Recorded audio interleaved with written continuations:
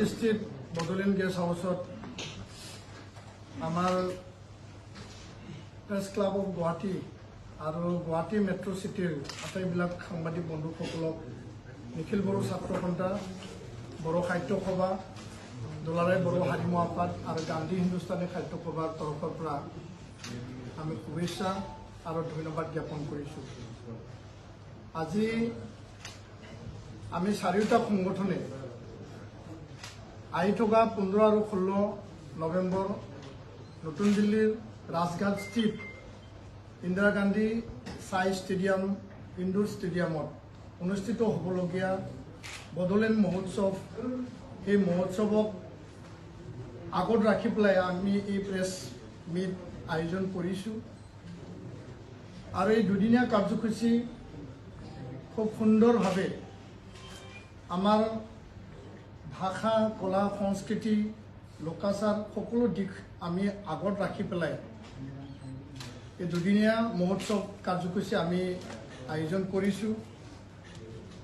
विशेषके बडोलेण्डत अहोमर बुकुत एखन सुंदर बिटियार गढ़ दिया और अहोमर ये पवित्र राज्यखনত বসবাস কৰা বড়ো লোকসকলৰ লগতে আন আন জাতি জনগোষ্ঠী যিসকলে পিছ পৰি আছে সকলোকে আগুৱাই নিয়াৰ এটা প্ৰয়াস হিচাপে বডোলেণ্ড অঞ্চলৰ বড়ো কোচ ৰাজবংশী আদিবাসী সাঁওতাল ইয়াত গোৰ্খা জনগোষ্ঠী আৰু আন আন জাতি জনগোষ্ঠীক এটা সাংস্কৃতিক প্ৰদৰ্শনৰ এটা प्रयासेरे एटा चिंतारे नतुन दिल्लीत एक कार्यसूची आमी आयोजन करिছো जत आमार बागुरुम्बा रंगचन्द्री लगते बिहु बा आमार गोरखा सकলৰ माने आमार जे कालचार बेंगली सकলৰ कालचार आन आन कोच राजबंशी सान्ताल और सकलोरे कालचार तात प्रदर्शन करा हब।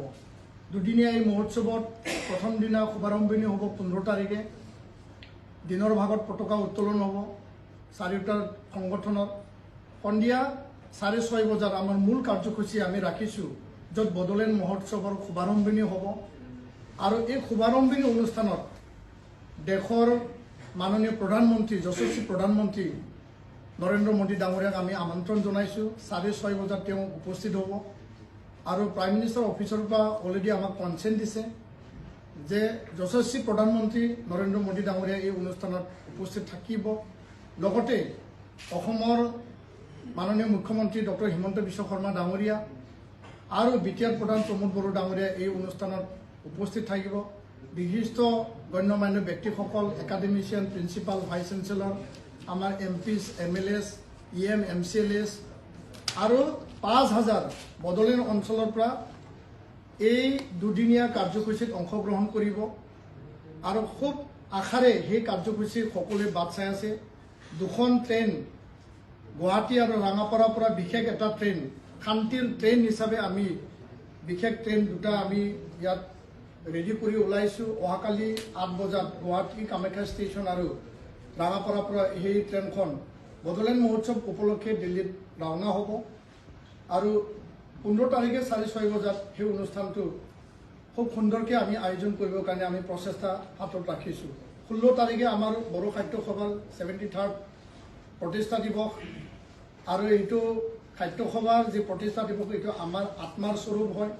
আমাৰ ভাষা আমাৰ সাহিত্য কলা সংস্কৃতিৰ এটা মৰ্যাদাৰ এটা দিন হয় আৰু ইয়াৰ কাৰণে মোৰ সৈতে বড়ো সাহিত্য সভাৰ সাধাৰণ সম্পাদক নীলকান্ত গোহাৰি ডাঙৰীয়া আছে। आमार साहित्य सभार अन्यतम सम्पादक डॉक्टर प्रणवज्योति नार्जारी डांगरिया आछे तेओलोकेও कब। तो 16 तारिखे आमी आयोजन राखिछु जे आमी राजघाटर प्राय 3000 माने समागमरे एटा कालचारेल रेली सांस्कृतिक शोभायात्रा शांतिर कारणे आमी तात रेली उलियाम और यार पिছত आमार 3 बजात कार्यसूची থাকিব जे आमार धर्मेन्द्र प्रधान डांगरिया जत शिक्षामंत्री डांगरिया उपस्थित हब।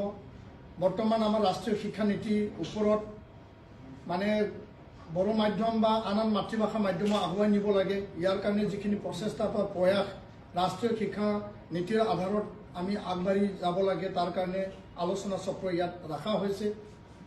आरो সন্ধিয়া 5 বজাত জ্যোতিৰাদিত্য সিন্ধিয়া কেন্দ্ৰীয় ডনাৰ মন্ত্ৰী তেওঁ উপস্থিত থাকিব।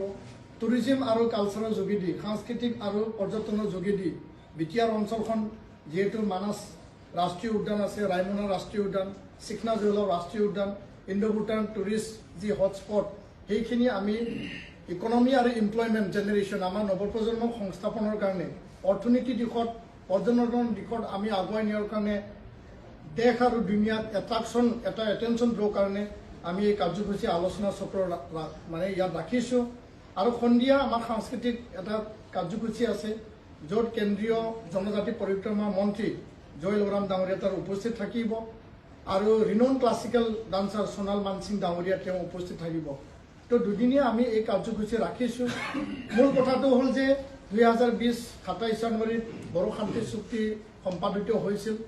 এই শান্তি চুক্তিৰ আধাৰত বিটিআৰ অসমত এটা শান্তি স্থাপনৰ কাৰণে সুযোগ পালোঁ আৰু বড়ো শান্তি চুক্তিক আগ ধৰি আলফা শান্তি চুক্তি, আদিবাসী শান্তি চুক্তি বা ডিমাচা কাৰ্বি শান্তি চুক্তি, ত্ৰিপুৰাত NLFT শান্তি চুক্তি, মণিপুৰত এই শান্তি চুক্তিবিলাক সম্পাদিত হৈছে।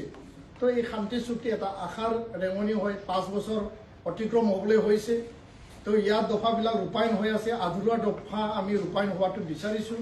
আৰু এই শান্তি প্ৰতীক, আমি যে শান্তিপ্ৰিয়, দেশৰ মানুহবিলাকে আমাক ভাবিছিল যে আমি হিংসা, সদায় আমি হিংসাক ভাল পাওঁ আৰু হিংসা আমাৰ অঞ্চলত হৈ আছে। তো সেইটো মুচি পেলাই এটা নতুন গতি, নতুন মাত্ৰা মিজোৰাম যেনেকুৱা শান্তিৰ এটা অঞ্চল হিচাপে স্থাপন হৈছে, তো বড়োলেণ্ড বিটিআৰ অসমৰ ভিতৰত শান্তিৰ এটা সুন্দৰ অঞ্চল হিচাপে আমি স্থাপন কৰাটো লক্ষ্য আৰু উদ্দেশ্য লৈ পেলাই আমি সাংস্কৃতিক দিশত, সাহিত্য দিশত, ভাষা দিশত বড়োসকলে আগবাঢ়ি যাব বিচাৰিছে আৰু অসমৰ বুকুতে এটা শান্তিৰ অঞ্চল হিচাপে আমি স্থাপন কৰি পেলাই আমাৰ উন্নয়ন, আমাৰ ভৱিষ্যত আমি গঢ় দিব বিচাৰিছোঁ। সেই এটা লক্ষ্যৰে আমি বড়োলেণ্ড মহোৎসৱ প্ৰথমবাৰৰ কাৰণে সেই মহোৎসৱ আমি নতুন দিল্লী ভাৰতৰ ৰাজধানীত আমি অনুষ্ঠিত কৰিবলৈ গৈ আছোঁ। আপোনালোকৰ সহায় সহযোগিতা, অসমবাসী ৰাইজৰ সহায় সহযোগিতা, বিটিআৰবাসী ৰাইজৰ সকলো জাতি জনগোষ্ঠীৰ ভাষাভাষীৰ সহায় সহযোগিতা আৰু গোটেই 140 কোটি দেশবাসীৰ সহায়, আদৰ আৰু মৰম আমি এই প্ৰেছ বাৰ্তাৰ যোগেদি আমি বিচাৰিছোঁ।